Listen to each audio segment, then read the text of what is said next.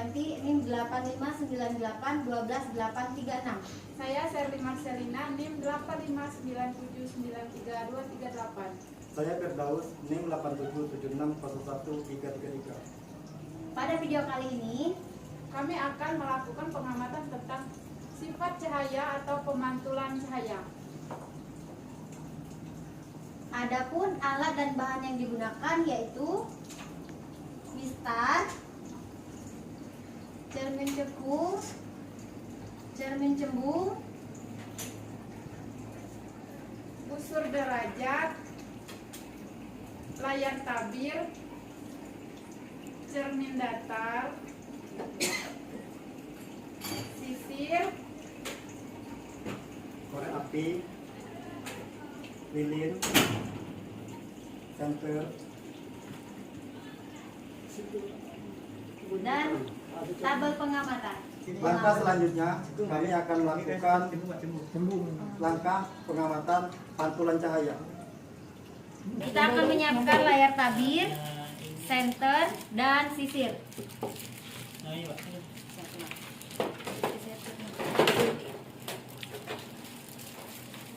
Langkah pertama yang akan saya lakukan yaitu melakukan percobaan pemantulan cahaya tanpa adanya cermin datar.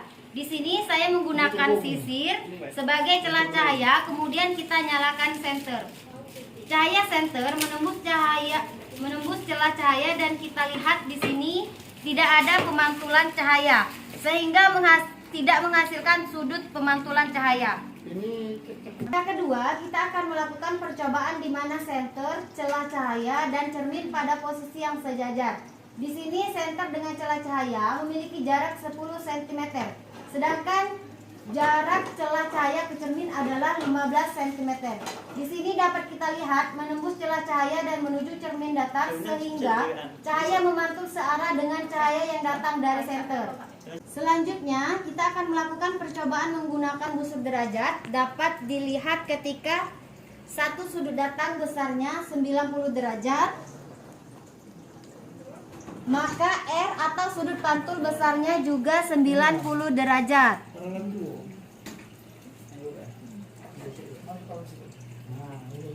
Kemudian ketika satu sudut datar besarnya 30 derajat, maka R atau sudut pantul besarnya juga sama 30 derajat.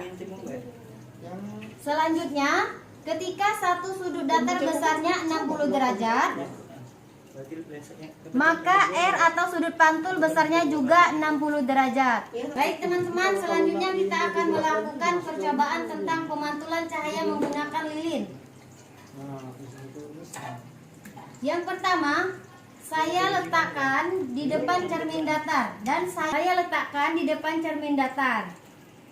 saya akan mengamati bayangannya selama benda itu digeser-geserkan di depan cermin datar.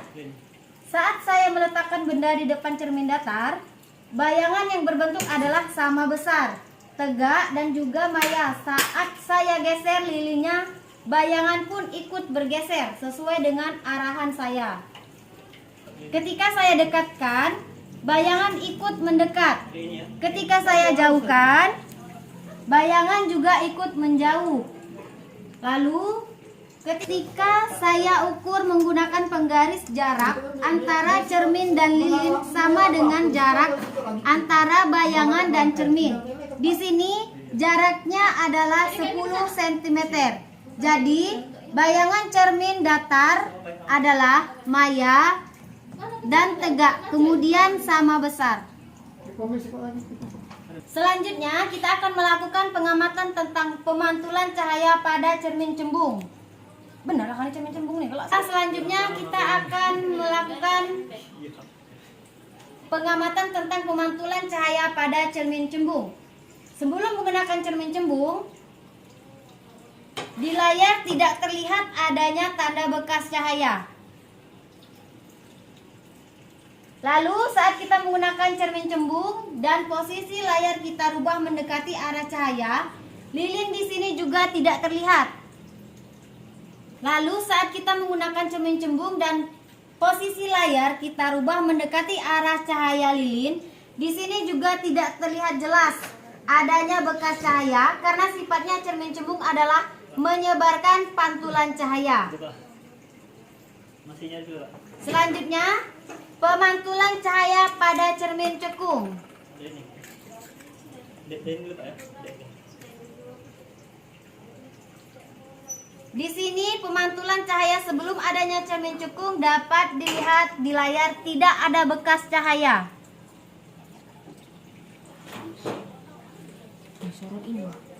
Udah.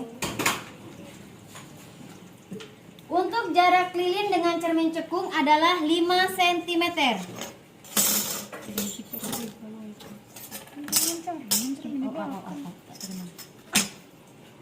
5 cm. Dan untuk jarak lilin dengan layar adalah 30 cm.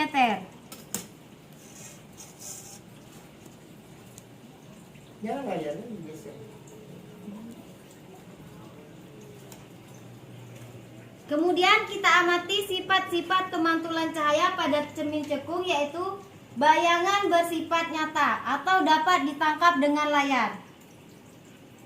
Bayangan terbalik dibandingkan dengan benda aslinya.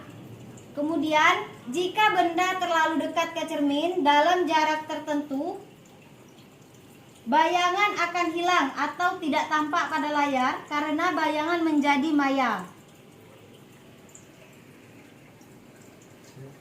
Saya akan membacakan kesimpulan dari hasil praktik kami tadi. Difraksi adalah penyebaran gelombang, contohnya cahaya. Karena adanya halangan, semakin kecil halangan, penyebaran gelombang semakin besar. Dispersi adalah peristiwa penguraian cahaya polikromatik atau putih menjadi cahaya-cahaya monokromatik Mejikuhibiniu pada prisma lewat pembiasan atau pembelokan. Baiklah, itu saja hasil pengamatan kami hari ini. Kami akhiri. Wassalamualaikum warahmatullahi wabarakatuh.